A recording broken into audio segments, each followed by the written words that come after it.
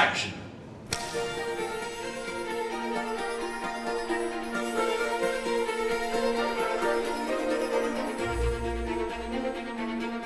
I knew the name Abdul Karim, but I didn't know about the actual true story. During filming, I think I actually said at one point, you know, we ought to have a stamp made saying this is true. It's an unusual relationship between two people from different cultures who met in unusual times, unusual places. Jelly, Your Majesty. And shared a bond. And this was a bond that is mysterious, but it was a bond of love. It was a mother and son, it was friends, it was just intimate. Well, I do think it's a love story, and it's very funny, and she just found someone who lifted her spirits. And he taught her to speak Hindi, he taught her to write Urdu, so she must have been very, very interested. In other words, saying, I'm the Empress of India, and then some Indian walks in whom she finds interesting. It must have been a rather extraordinary idea.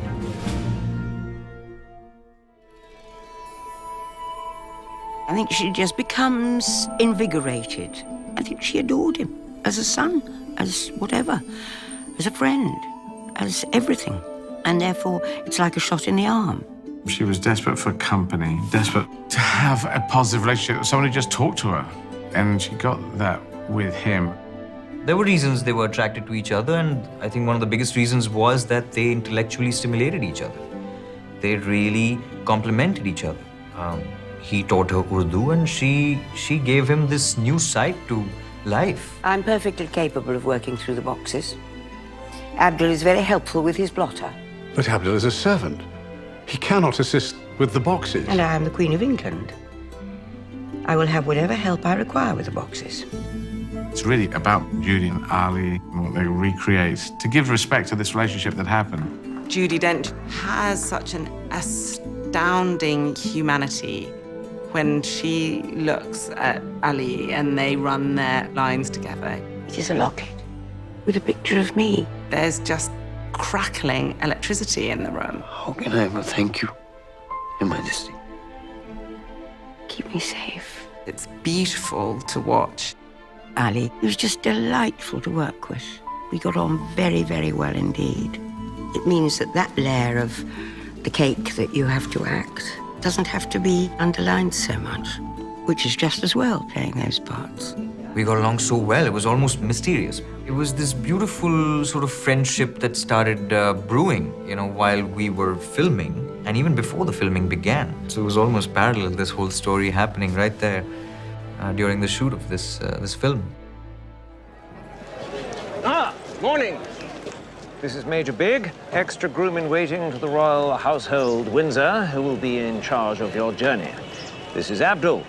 There's something quite strange about, you know, in some ways, the way of making this film, it sort of mirrors the story itself. And just watching Ali's expression when he comes here and sees this landscape for the first time and is delighted and amazed by it, I guess, as Abdul would have been in real life. This is a man from my country. This is a man not too far away from where I actually live. This was the first time I came to London. And it so happened that it was on this film that I met Judi Dench. Of course, I had my first time working with someone like that. She is royalty. She is royalty amongst actors. She is royalty in real life. Playing a part like that, in a film like this, with such a wonderful team, I think actors dream of this. It's very, very funny, that it's very tender, that it's romantic. All these things come out, regardless of what was on the page. Something in the end emerges. Well, I suppose that's Judy and Ali. They do that. You're a very kind lady. You're a very unique lady to me. And you are very, very unique to me, Abdul. I hope we learn about her vulnerability. She was a real person, just needed somebody to be able to talk to. Any people who love each other, surely that's a great thing in this world. Love is the one central thing that can make the world work. Hope, love. I think we need that. The world needs that.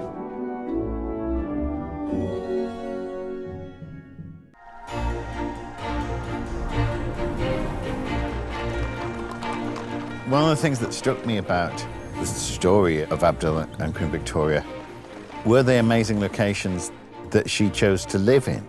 We're in very, very precious places. We feel very confident that the quality of the environment actually really supports the drama. It was awe-inspiring, it was sort of, wow, there's the Royal Palace. We were in Scotland. There's so much history to it, and I thought that was really, really essential. You're really filming in realistic locations. I couldn't think of another way of doing it. Sir Henry, I would like to go with Abdul to Glassell Shield. Glassell Shield? Alone? It was a gift to me as a writer to be able to have these sort of 4 acts of the drama take place in these very real but very distinctive places. Most of the second part of the story all takes place in Osborne House, which she built with Albert. We'd gone to Osborne in the film Mrs. Brown. We weren't allowed inside the house, but this time, and I think it was the first time, we were allowed to film in the house. He's coming. And there we were in her study where she wrote, looking out of the window thinking, that's exactly the landscape and the surroundings. Well, you can't get better than that. We knew we wanted to come here from day one. It's the authenticity of what Stephen really wanted.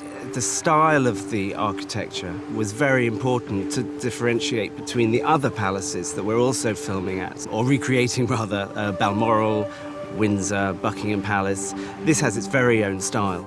This, as you can see, is the Indian corridor. The Durbar room was designed by Mr. Bahram Singh.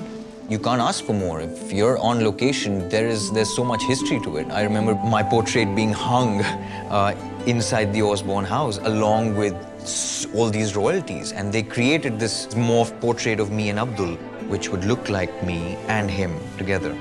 And they hung it exactly where his portrait was. And this, of course, is the Munshi. A good likeness, don't you think?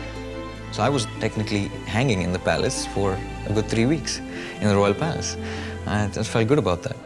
So I think if those two play in the back there, from the art department props point of view, shooting in houses like this has its own set of difficulties in terms of what we are and aren't allowed to do. It's not a set. We can't move things around as freely as we could normally. A lot of the objects, some of the furniture belongs to the house and is fairly priceless. So we collaborate with the house staff to help us move things around to camera.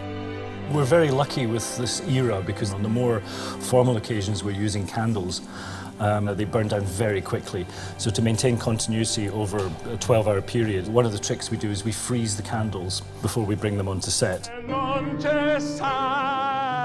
so that they burn much slower. But even then, we're having to replace candles all the time. Every time we turn the camera around and look at it from a different angle, the candles have to be the same length again, so we have to replace all the candles. They were very generous to us, and it offered possibilities that, you'd have had to sort of manufacture them, and suddenly there it was. Oh, well, let's do that bit, and there's a nice corner, we can shoot it. Whatever it is. All the Indian sequences are shot in India, so I wouldn't know how you manufactured it. India is just phenomenal. We filmed in Agra because the Taj Mahal is not just an iconic building in India, but it's an iconic symbol for our film. It was a monument to love. So it's also really important for us in the context of the relationship between Victoria and Abdul. You have been to the Taj Mahal? No. I'd very much like to see it. Oh, it is beautiful, Your Majesty. It's all white marble. I think we were going to India, but we were also going to India 150 years ago. So, chasing that down outside of India is quite a difficult thing. So it was better to be there and then try and carve a little bit of history within modern-day India.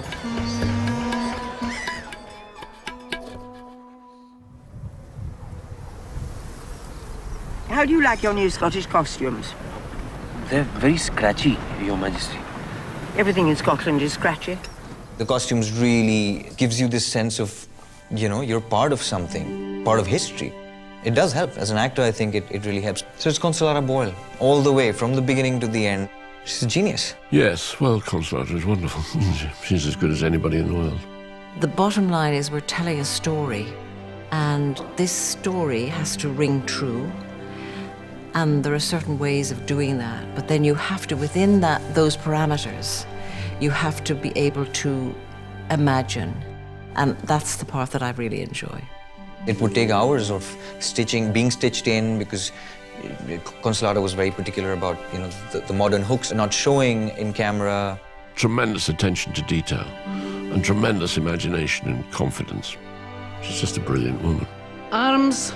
No costume exists on its own. It has to work as part of the story, as part of the visual story, and have a coherence that takes it right from the beginning to the end. You really are beautiful.